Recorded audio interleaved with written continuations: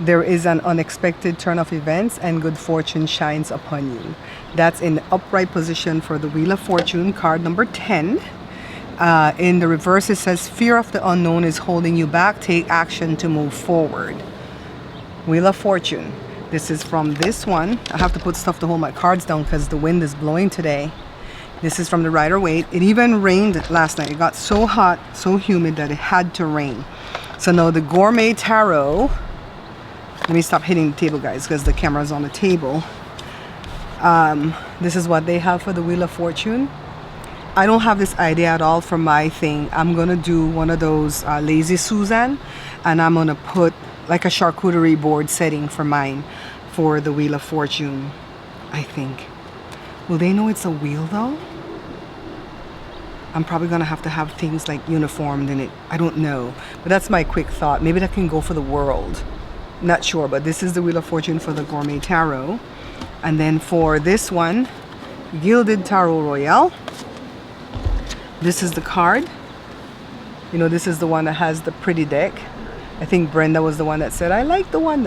Which one did we have from? One for strength, I think. She was real pretty. Yeah, I love this deck a lot. And I like the way it feels too. The cards shuffle really nicely. So let's go into the Major Arcana and card number 10, which is actually the 11th card because the Fool is 0. It says, things are about to change for the better. Be ready and make use of the opportunities that come. Woohoo! But that's not our card of the day. We're just going through the cards one at a time, right? The 78 cards. So this one is from my Temu deck. I'm sure Amazon sells this too, but probably for 10 bucks. Temu was $3, guys. Don't spend a lot of money on this stuff, okay? So, wait a minute. Where did I pick this one for? Pick up this one. Wheel of Fortune. It looks the same way as the first one because they're all Rider-Waite. Hold my cards, hold my cards. No wonder people have crystals that they put down their cards, but I'm not into crystals. I have one crystal that my friend Julie gave me, and I'm into that one, and that's it. So Jupiter and fire for this one. And the key words are good luck, karma, life cycles, destiny, turning point, change, inevitable fate, ups and downs, and unpredictable. And it says here, you may be taking the good with the bad right now, and this is a cycle that you cannot control. Remember that no matter the outcome, the wheel always turns and nothing lasts forever. Isn't that the truth? Nothing lasts forever, good nor bad. Always remember that, okay? So if you're going through bad stuff right now, just know it doesn't last forever. This is this one. Remember this box right here? Oh, that way. That's the book. So that's how it looks on this one. All right, so let's look up. I think I've stopped looking up the meaning in this book, in this little cheat sheet that I have for you guys. I'm trying to put everything here. Because most of the meanings have to do with that deck that I got from Temu. But let's look it up anyways. Number 10. Good fortune, good luck, destiny, turning point, change, karma, life cycles. Yeah, pretty much. That's what it means. So, give me some ideas for the Wheel of Fortune for my food deck. I'm plowing through my food deck. And I know that sometimes still so. The sun's not even out, guys, but it's so bright. So I'm plowing through my food deck, and I know that some of them I'm gonna have to redo because if I have a better idea, or maybe the sun is out better that day and I can get a better shot of it, I will redo it. But some of it I will not redo it. It is what it is, okay? So 78 cards, I have to take pictures of food, and not just pictures of food, but the food has to tell you on the card what the card means, right? Like when I showed you the Hermit. I don't have anything for the Wheel of Fortune right now. I am still debating what I'm gonna do for the Chariot, because I was thinking like trying to make cookies or bread and shape it into the Chariot and the horse or whatever. I don't know how to do that, right? That's just an idea. Or like make a cake and then stencil on the Chariot. But every time I look up Chariot, they show me a stagecoach. A stagecoach is different than a chariot, and like a Cinderella type carriage is different than a chariot. A chariot is that thing that they stand on when they go into war, right? So we'll see what I can do for it. But if you have ideas, please comment below, because I really do appreciate you sharing anything with me, because it sparks other ideas in me. If I don't use your idea, it'll spark another idea, and I'll always come back and say, oh, remember when you said this? It sparked that in me.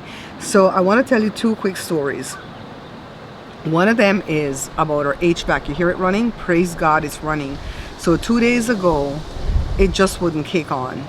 And so Joe went to go look at the furnace because we have that piece inside. We have a piece on the roof and piece inside the house, right? And I don't know the terminology for all this stuff. The furnace, the HVAC, the AC, whatever.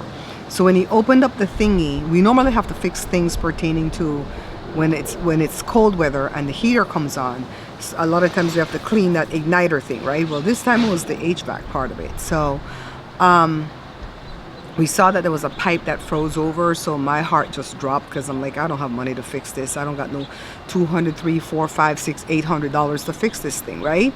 And so my husband Joe and my son Josh, they looked up videos on YouTube, and they went backwards from what they thought it could be because the blower motor wasn't coming on, and that blows the air into the rest of the house, and it also stops the thing from, you know, overheating, I guess. And so I think it shut off to like protect itself, or maybe it shut off because that pipe was frozen. I don't know, because water has to run through that pipe. So they thought it was that motor starts at $150 on Amazon. An HVAC technician would charge me probably 5,000% markup on that, right? So we've changed that motor before, one time in the cold months, I think, because that it works for both sides, the heat and the cold. And so then they checked to see if it was I think that thing's called a condenser. It's a little round black thing that sits on that blower motor. It wasn't that. They had a tester they were testing with. They couldn't get the motor to work even though it was showing that it was working, because the tester didn't just stay there put at one, it moved. So my husband got some kind of wire that, I guess it was like maybe an old lamp wire or something, that he kept the ends frayed or whatever, that you can put it to test things. So he tested the motor and it worked. So then they went down to the last thing that the YouTube said, and it said it was the capacitor. So when my daughter texts from work and go, have you guys figured it out yet? She's over there in the AC. We're over here sweltering in 93 degrees heat. My son has a portable one for his room because for some reason the air doesn't get back there as well as it used to back in the olden days when we first put the unit in. And so he's happy in his room. We had one that my aunt gave me, so we put that in the living room window, but I'm not going to leave that window open with that thing jammed in there at night. So that was just for the daytime, so the living room was okay.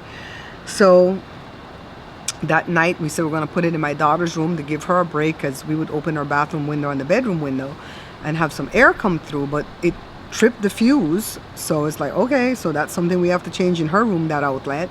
So that didn't work, but she opened her window and put a big fan on and it was okay. We got through the night because the nights get down into the 70s, so we got through the night. And we bought the part for the capacitor. Oh, I texted her when she asked me what's the problem, and I said it's the flux capacitor from Back to the Future. That's what we always say when we don't know what the problem is. But it was a capacitor. The capacitor cost $12.49 from Amazon. It came the very next day. It was supposed to come between 9 and 1. It came at 11, and my husband just popped it in.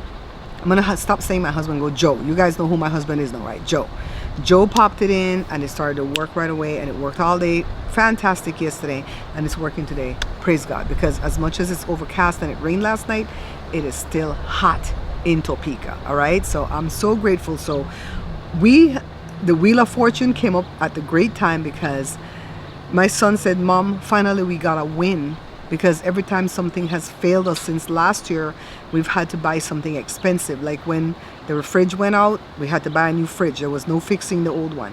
When the water heater went out, we tried to buy a used water heater. That didn't even work. We had to go buy a new one. We just got through paying off all those things before we took our trip to Belize. And here it is now.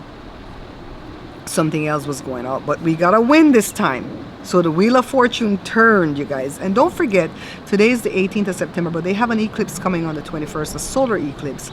And according to the astrologers, depending on where that thing hits your chart, you could be having a really rough time. Don't argue with nobody. Don't put nothing on social media that you might regret. Just stay out of whatever fight's going on social media right now. On whatever side you fall on, stay out of it. Just sit quietly and watch and keep it moving. Like me, I delve into my car to escape all the crap that's going on in the world, you know? So I'm really grateful that the Wheel of Fortune turned in my favor on this one. And I'm not being cocky, because that's the quickest way to lose everything, is being cocky. I'm grateful. I have an attitude of gratitude, right? They said your attitude changes the altitude of where you're going. We're going up, up, up. So let me give you another quick story, guys. So my daughter Jada cooked some meals today, some meal prep. And she did something with the skewers, the kebabs or whatever. Just it was all meat on the thingy. And she, I guess, cooked it in the air fryer, I'm not sure. Some chicken. She went into her room. I was right here on the phone with a friend in the living room. And I didn't see when Evie climbed up and stole one. No, it's not bad that she ate the meat, but she ate 3/4 of that steak. God, I hope she passes it through and doesn't tear up her intestines. It's like we have to be so careful with her because she's a little thief when it comes to food. And she's just energetic, you know, just getting into stuff. It's just like a baby, you know. She's not 1 yet. She'll be 1 in October. So there's no water in the pool, babe. She wants water in that pool so bad. She's the one that messed it up.